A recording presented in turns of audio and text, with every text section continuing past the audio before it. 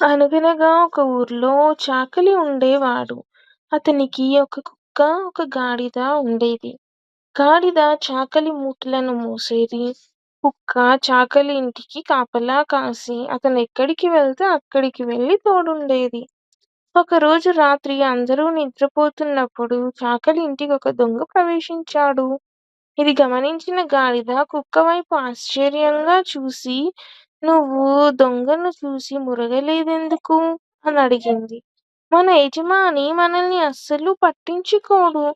గత కొన్ని రోజులలో నాకు సరిగ్గా తిండి కూడా పెట్టలేదు. నేనెందుకు పట్టించుకోవాలి?" అని కుక్క ఏదీ పట్టనట్టు నిర్లక్ష్యంగా సమాధానమిచ్చింది. "ఇది మనం మొరబెట్టుకునే సమయం కాదు.